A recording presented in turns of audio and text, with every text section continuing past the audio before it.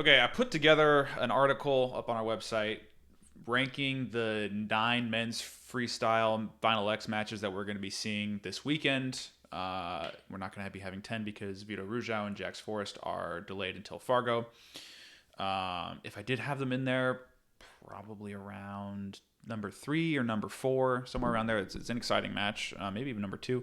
It's an exciting match, but we're not going to see it this weekend. So I just wanted to rank the matches that we were going to see for men's freestyle, and so I did that, and I kind of wanted to put a video together for it too. So here it is.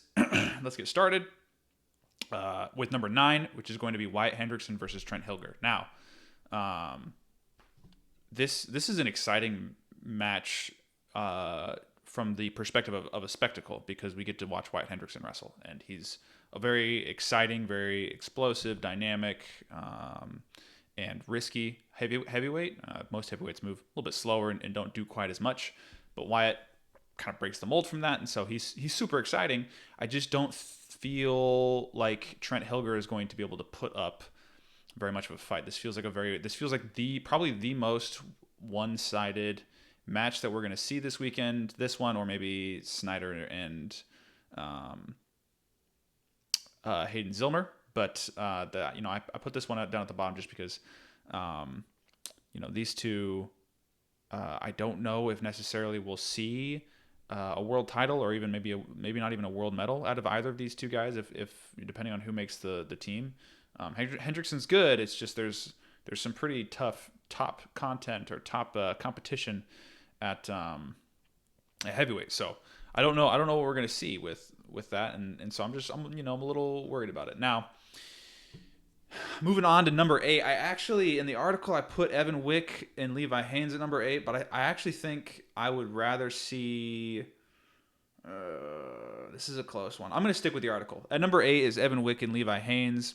Yeah, these two have already wrestled, just like the last two. Hendrickson and Hilger wrestled each other at the U.S. Open, and Hendrickson won at 10-4, and they didn't score any points in the second period. It was a 4-point double leg from Hilger, and then Hendrickson got like a takedown and 2 guts, and then another takedown, and then no points in the second period. And so if we get that type of scoring situation, then that's not super exciting. So, but yeah, number 8, Evan Wick, Levi Haynes. I think the biggest concern with this one, we've already seen it. 2, neither of these guys, 79 kilos feels like probably one of, if not maybe even our weakest weight class. I don't know if we're really going to see either of these guys, depending on who makes the world team. I don't think we're going to see either of these guys in contention for a medal. Maybe I'm wrong, flat out. Maybe I'm wrong. Whether it's Haynes or Wick, maybe I'm wrong. But the way I see it, it's gonna be a tough battle for either of them to be able to do it. Now, they had an interesting match. They had an entertaining match when they wrestled each other last year. It was 4-4. Wick was winning on criteria with somewhere less than a minute left, and Haynes picked him up in a double leg and put him straight to his back and pinned him. But I'm not super excited for the matchup. I'm not super excited for this weight whenever we go to Worlds, and so I'm kind of putting a lot of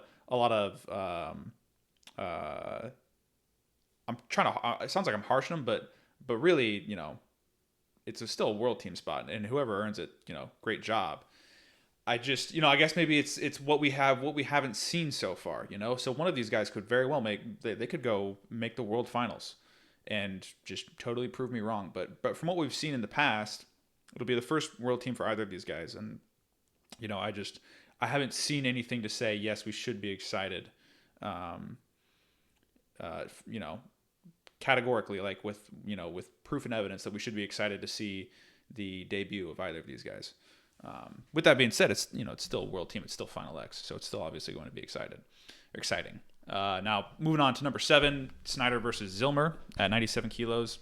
Even if you take the what's going on with Snyder off the mat, even if you take that out of consideration, we've seen these guys wrestle each other before, and Kyle Snyder has not had an entertaining matchup domestically really since he wrestled Varner back in 2015 and 2016. His matches with Jaden Cox, they were good, but aside from that, it's been Kyle Snyder next topic for the last almost decade. So I kind of expect that to continue to be the same. Now Zilmer's tough. He made a world team, and in 2022 he knocked off Nick Gwizdowski at 125 kilos, and he's not a slouch, but I'm just not super. I'm not super excited about this one. I don't know. I doubt we're gonna see any sort of upset. So I have Snyder winning this one pretty easily. So yeah, number 6, 92 kilograms, Trent Hidlay versus Josh Barr. Now this is where I'm starting to break away from what I've previously said. Kind of. Josh Barr and Trent Hidlay, neither of them have made a senior world team. They have made plenty of age level world teams and have medaled and shown a lot of promise. And Hidlay has shown a lot of promise on the senior level, competing domestically and internationally. And that's who I expect to win this matchup. But Josh Barr, with the rapid improvement that we've seen with him from dating all the way back to U20 trials last year. He lost to Sinclair at the Open, and then he takes him out in a series, and then he has a phenomenal college season, and then he makes FinalX. And so can he continue that momentum? Can he continue developing at the rate that he is and take out Trent Hidlay? If yes, then that's awesome, and that shows us that we should be excited to see what he's able to do at 92 kilos at Worlds. But until we see that, it's not. It's at 6, which is still a solid spot, but it's just the rest are going to be a little bit more exciting in my mind. But so I have Hidlay. I have Hidlay winning this match, or winning this series 2-1, just because I think Barr does have the ability to kind of stay in this match a little bit at least. So okay, number 5, Joey McKenna and Real Woods. Now 65 kilos. This is historically not. It's a tough weight class for us. We've had I think we've had one medal since whenever Bill Zadig last medaled, which I don't remember when that was. But Yanni has been our only medalist in the last however many years. Joey McKenna has been in this position a lot. He was in the Olympic trials finals, or yes, I think against Joey McKenna. If I'm right about that, he's been in the World Team Trials finals before. He's been there to put himself on the world team, and now he's in that position again. And so he's got Real Woods, young talent, up and coming. Real Woods has kind of shown a fair amount of potential now. Neither of them have had exactly easy or dominant paths to get here. They both had very close matches at the U.S. Open, at World Team Trials. They overcame a lot of adversity, and so you're going to see two guys fight. They're going to fight really hard, which is exciting. It's cool it's going to be awesome to see these two guys scrap. It's not necessarily going to be the most high-paced, high-scoring affair, because these guys do play a more reserved game. They concede points very rarely.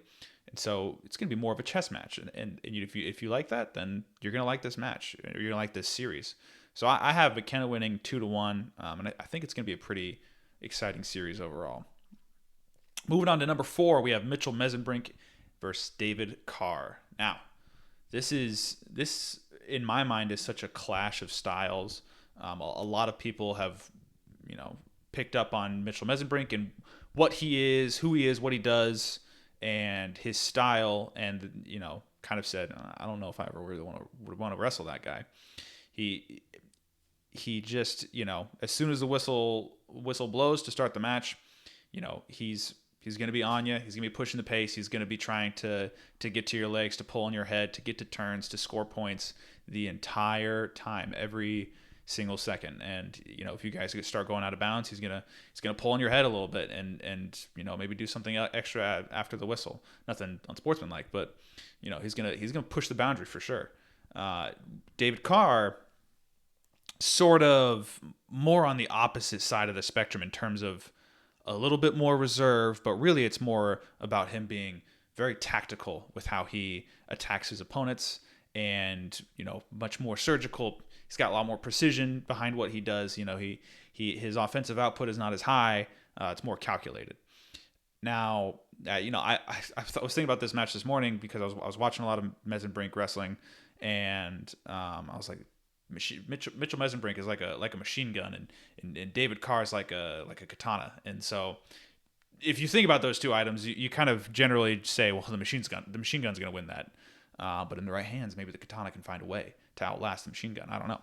So it's not the most accurate analogy. But even with that, we saw this match at the U.S. Open, and in my mind, it really got away from David Carr. I think if he really breaks down that match and analyzes it and understands, he's had the last month to figure out how am I supposed to beat Mitchell Mesenbrink, and I can imagine that's exactly what he studied and tried to figure out.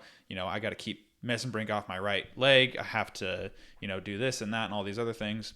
So I expect David Carr to be a lot more calculated and tactical and have a much better game plan going into this match versus what we saw at the U.S. Open, where Mesenbrink teched him 16-6, and he got 8 points off of 2 shots that David Carr kind of went for like ill-advised chest wraps on. So yeah, I mean, I think this is going to be an awesome match. Or an awesome series. I really do expect it to go a full 3-match series. Now, who's going to win it? I have Carr winning it just because I like the way Carr wrestles. But it seemed in my mind, and probably in most people's minds, it's probably a bit of an underdog pick. David Carr is probably not the person who most people are expecting to win this match. So, take with that what you will. So, number 3, 70 kilograms. Yianni Diakomihalis versus PJ Duke. Now, this one is very, I think, more so intriguing to people just in terms of what do two things look like? And that is, what does Yianni look like and what does PJ Duke look like? Yianni had his time at 65 kilos and then has shown moving up to 70 has been a healthy adjustment for him, shown that this has been a good change for him to be able to wrestle at his closer to his peak ability. Where PJ Duke is a kid who, I don't even, the New York school system is a little bit different, so he might not even be graduated from high school yet.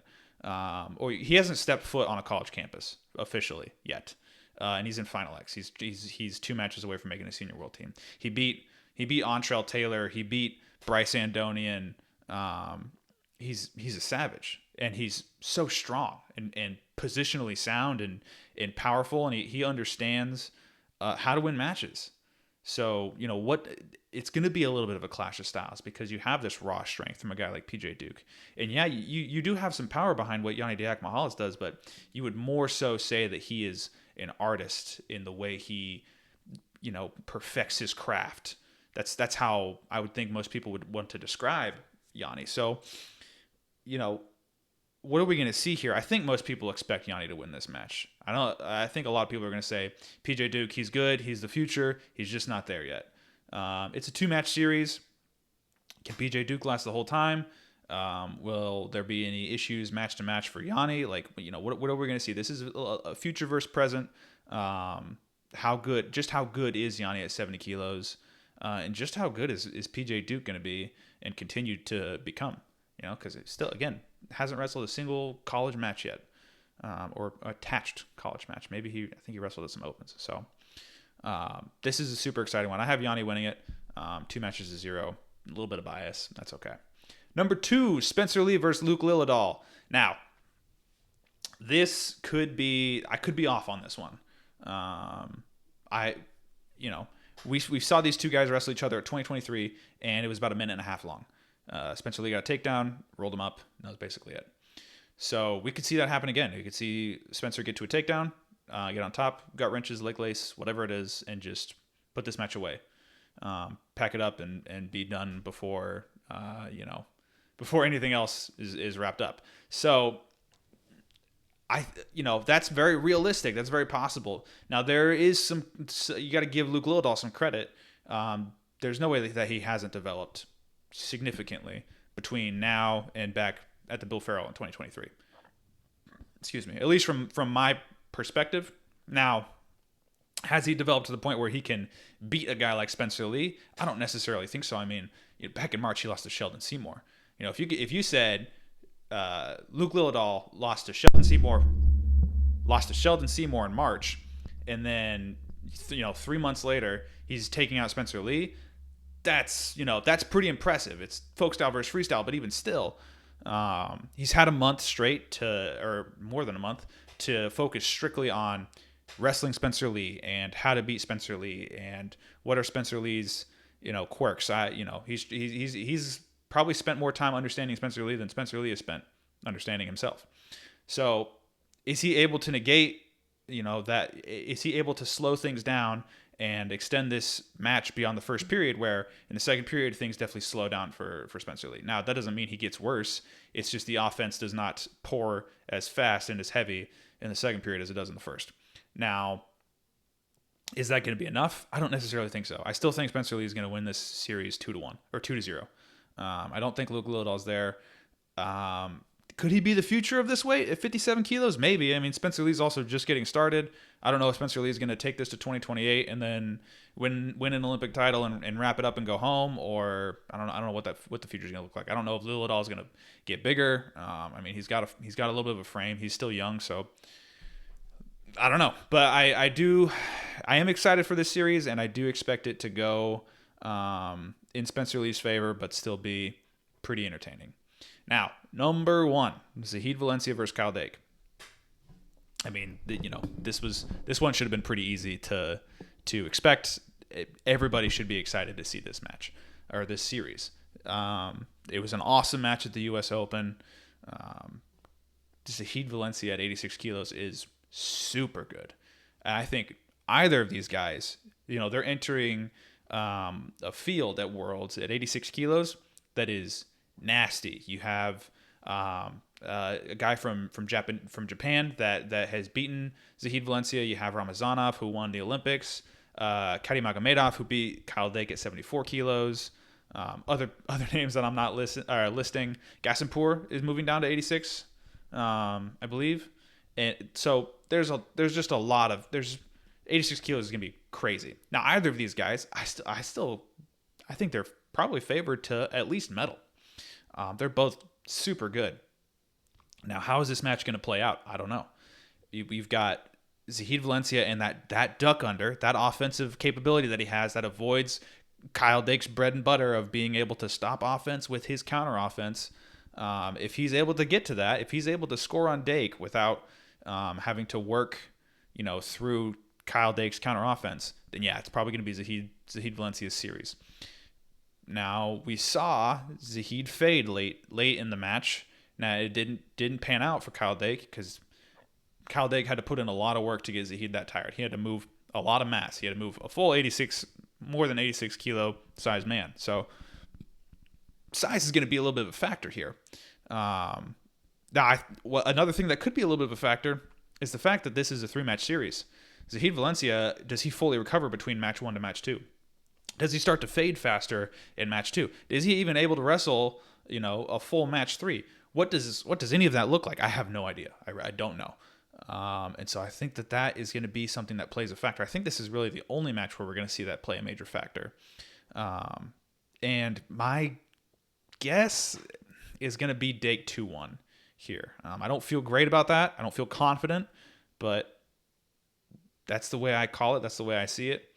And yeah, that's your list, 9-1. Now, I already kind of called myself out a little bit. I think, I probably should have had Snyder and Zillmer below Wick and Haynes, 7 and 8, flipped between each other. But let me know if you guys thought that there were any others that should have been corrected or should have been put in a different order, or if you have predictions that are different. I mean, let me know what your predictions are.